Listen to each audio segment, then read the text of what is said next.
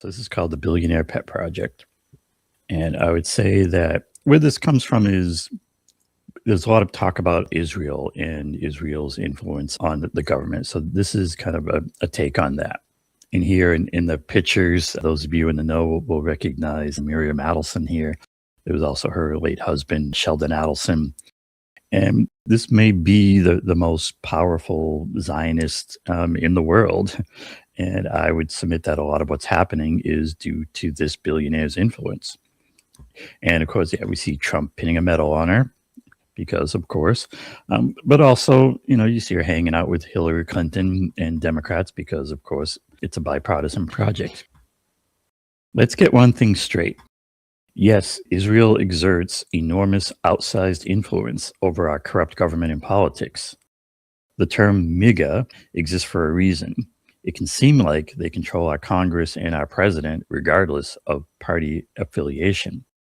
But why? As with all why questions in politics, the answer is the same. The money, right? Always follow that money. Israel is a pet project of the billionaires. Without billionaire backing, Israel is just another small country in the Middle East. From its creation through its many wars to the present day, it has been pushed forward by a small group of powerful, wealthy Zionists. It's not the only billionaire project. If you look at the Ukraine-Russia war, it has nothing to do with Zionism. But what they do have in common is that both are big money makers for that MIC, the military-industrial complex. Like Julian Assange said many years ago, the objective of these wars is not to win. The objective is to funnel enormous sums of money to that MIC.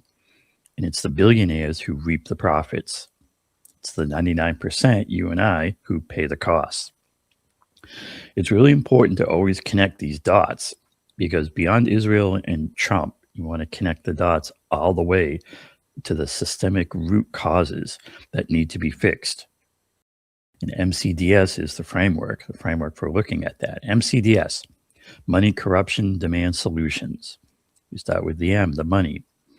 The billionaires have enormous wealth and influence. The C, they corrupt our government to operate in their interests, not ours.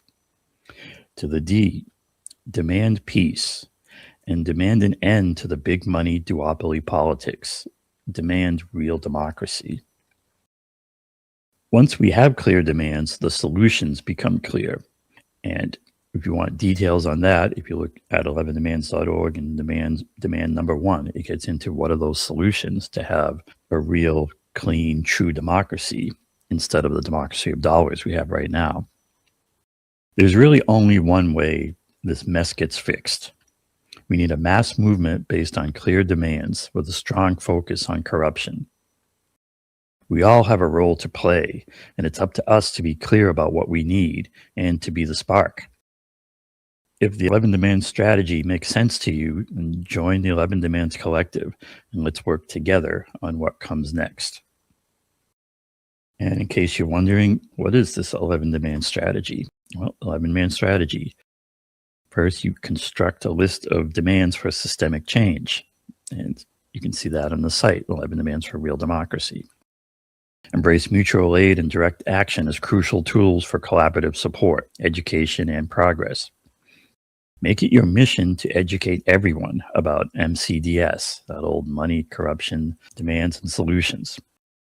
Then, if we're talking about in the electoral realm, you ask every candidate and representative, do you support these demands?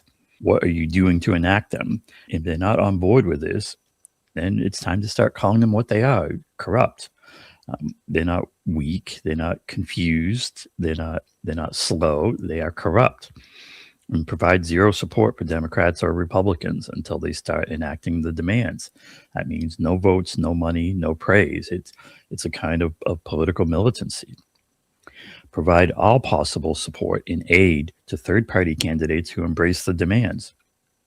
Any serious candidate should already be calling out our current representatives as corrupt, and they should be calling out the parties and the party leadership. You can't be a member of a corrupt party without being a corrupt player in that game. It's really what it comes down to. And then also as part of the strategy, when roadblocks are encountered, intensify direct actions, whether it's protests, general strikes, sit-ins, boycotts. Be relentless about pointing out the real source of our problems, the billionaires and the mega corporations. It's the top 0.1% versus the rest of us. That is the fight. So if that sounds good to you and you want to work on collaborating, there's this thing called the 11 Demands Collective, easy to find from the site. We have a good list of members already, but we're always ready for more. And what it means to be a member of the 11 Demands Collective, it's a thought collective. It's saying you're going to educate people on this. You're going to identify the core problem. You're going to call out our current representatives as corrupt, describe the solutions, and spread the word. Let's work on what can we do with this thing.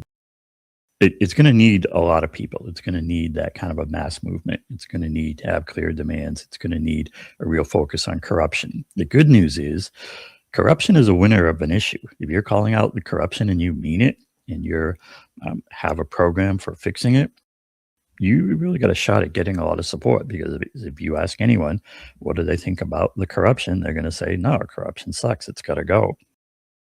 So that's what's being proposed, and let's all see how we can collaborate on it.